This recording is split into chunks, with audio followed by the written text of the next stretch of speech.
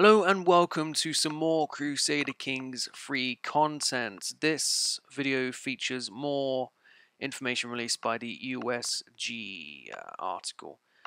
Today we're going to be focusing less on war and more on other things, such as, well, I'm going to start with a quote really because I found this quote from the article hilarious. Stress is a new system that encourages you to roleplay. Terrific. That just sounds terrific. Gained by acts against your own personal traits. Yeah, so you might see this as a way of punishing players for not role playing. That does seem to be what it's like. As it's well, you gain it from going against your own personal traits, and as it goes up, bad things happen.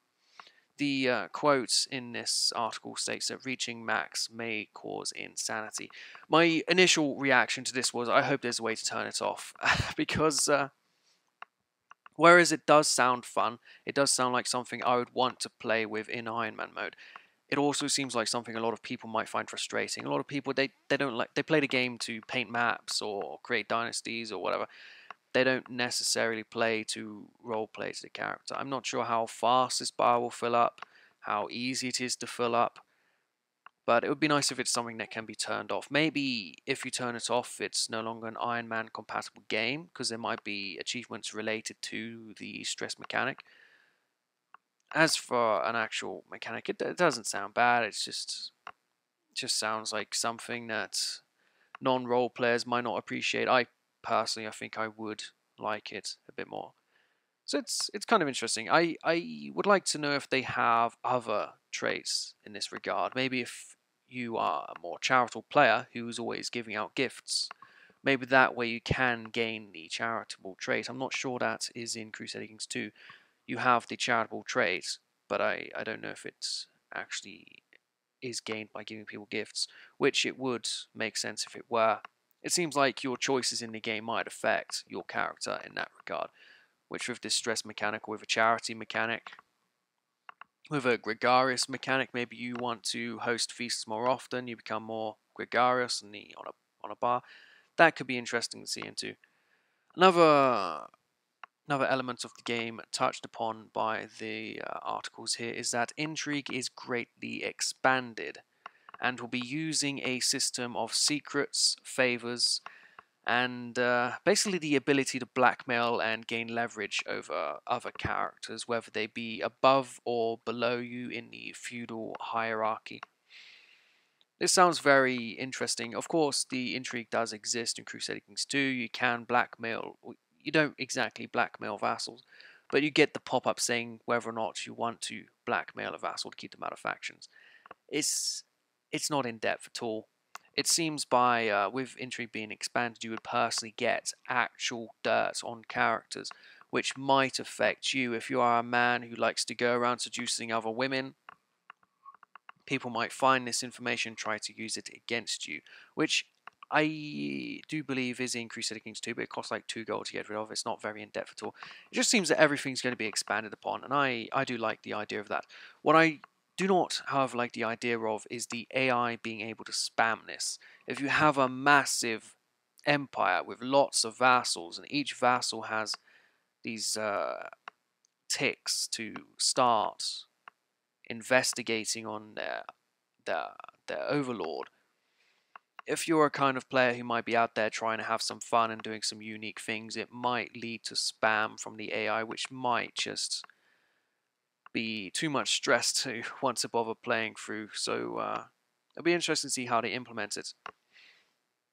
Another thing I got out of this is that my own personal idea, this hasn't been mentioned so far that I'm aware of, but what I think this mechanic, the expansion on intrigue might lead to is the ability to plan your own murders. Currently in the game, you start a plot, somebody comes up with something, whether it be a carriage attack or throwing them off a building or a snake. Oh, I may kiss that Snape. Snape. Fucking Snape. No, we're not kissing Snape, we're kissing snakes. The ability to actually plan your own murders I think would be interesting. Perhaps if it's affected by the personality of the character, maybe they have a trait which sees them riding a horse more often. Maybe you can try and bribe the saddle master if that exists in the game. We don't know if particular things exist in the game, but a more dynamic way of planning murders. If you could have a bit more of a role to play in this, I think that would be terrific for the game in role playing and just the ability to really do stuff. Maybe if there's a button to say, I will not personally do this, but leaving up to your co-conspirators, that would be another great way to implement this. But the option should be there, I think, and I am sure they'll be able to do it.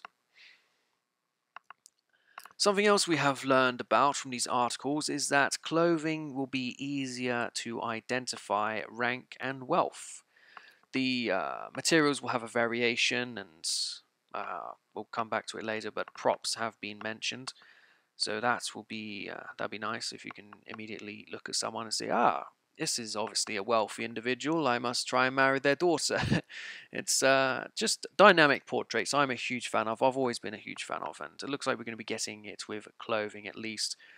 There has been 5 mentioned culture sets of clothing to be released at launch, and they are European, Middle Eastern, African, Sub-Saharan African, Indian, and Steppe Horde. I am curious as to whether or not you'll be able to mix and match. The ability to customize your own clothing would be quite fun, I think. It'll lead to a lot of meme material. If it's locked by culture group, which I think it is in CK2, then that'll be a bit limiting. But there are going to be so many options. I'm sure. I'm sure it'll be very much in depth, and already starting out with 5 unique cultures here, which means potentially minor DLC to flush out some more culture sets, perhaps. But the face pack DLC was never very much. I'm sure it won't take over the game with minor things like that. It'd be nice to see how well pimped out you can get your character if clothes are a bit more dynamic, if you can edit. It doesn't say that you can edit, but it does say that there are ways to change it by rank and wealth and such. So hopefully we can get some more input on our characters' dress sense in the upcoming game. There is also a DNA system to be implemented, which I think eliminates all hope of face pack DLC. Hope, if you wanted to pay for it, that is. They say it will represent all races, which, as soon as I saw that, my immediate thought was no more white plus black equals Arab, which has been a little bit of a meme in forums for a while now, where even if you have all face packs, if you marry 2 races together, you might get a 3rd race in the child, or you might have an African and a European mate, and the child will either be Arab or straight up black. Whereas this, it has more of a DNA function, so if you have a more tanned individual with a more pale individual, the child's DNA should be somewhere in between. So it's just more detail, which I'm very, very happy to hear. It just makes the world more believable. I guess it's harder to see if you're being cucked or not, but it seems like it'll be good. I'm not going to complain at the DNA system to make your characters look more relatable and such. Hopefully you can breed in big noses or breed in big chins, whatever you want to do, and try to get some eugenics going on with the DNA system. Try and get as much of a unique look for your dynasty as possible. That'd be very interesting. And that also leads to the event pictures. They are no longer going to be static. At the moment in Crusader Kings 2, if you have an event pop up, it has an assigned piece of artwork to it. That is no longer going to be the case, which we have seen from the artwork within the game. This one right here, for example, which I've already looked at in previous videos, you can see that this is clearly your character. It says there here that the character models can have props when shown around court, which they mention something like a Catholic cross, for example. What I'm hoping is also an option is stuff like pets. If maybe you have a cat pop up, you can have your cat shown in the background, maybe sitting on a table, knocking something off. I think that'd be Very interesting. Another thing is if you can have random courtiers shown in the background of the picture. For this one example, it shows you and it shows your vassal next to their flag. Maybe in the background of the people who you've hired or people who you've married, your children, maybe if they can be implemented. That might be a bit too much for the system to implement something like that, but if it is possible, I think that'd be a terrific addition to the game. Another potential result of this would be mods. I'm sure if you have dynamic event pop-up pictures, somebody's going to make a sex scene mod. Something akin to Sengoku Rants. That's maybe not what you wanted to hear, but I'm sure there's someone out there who saw this and they thought, oh yes, my wife is pregnant, let's have a pop-up showing how we did it. It wouldn't surprise me if the modding community made that. Steam might block it, but I'm sure it'll be out there somewhere. Sengoku Rants is a very interesting game. I hope they I hope nothing quite to that level will be made, but there might be some sort of mod out there for some deviants to get into. Anyway, that's all I wanted to cover today. Not that long of a video, unfortunately, but I wanted to cover these particular subjects. I'm very excited for Crusader Kings 3, and I hope you are as well. I'm going to continue to try to make videos when new news comes out. I'm hoping that it won't be too long until Dev Diaries start to be released. The game has been announced for 2020. My guess is it'll be somewhere in the middle of the year, because that's when Stellaris Hearts of Iron 4 came out.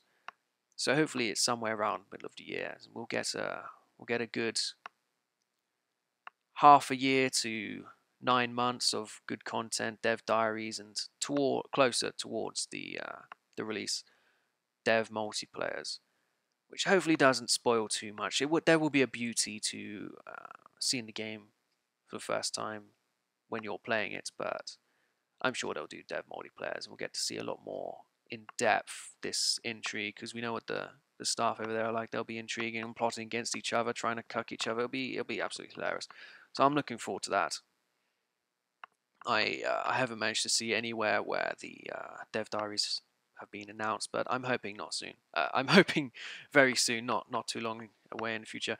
But anyway, thank you for watching this content. I don't want to ramble on any longer. I've covered what I wanted to cover. If you want to support the channel, go ahead and check out the playlist section. I've done many campaigns through Crusader Kings 2, especially with Game of Thrones mod. I've done a lot of European Universalis, Hearts of Iron, all with various mods, as well as the vanilla, of course. And if you want to join Discord server, go ahead and join there, where you can join in on discussion. It's easier to contact me there, but if you want to leave comments in the video here, I'll read everything and I'll get back to you. But yeah, if you enjoy hearing new news from me, go ahead and subscribe and you'll get your notifications. I'll see you guys next time. Thanks for watching again. Goodbye.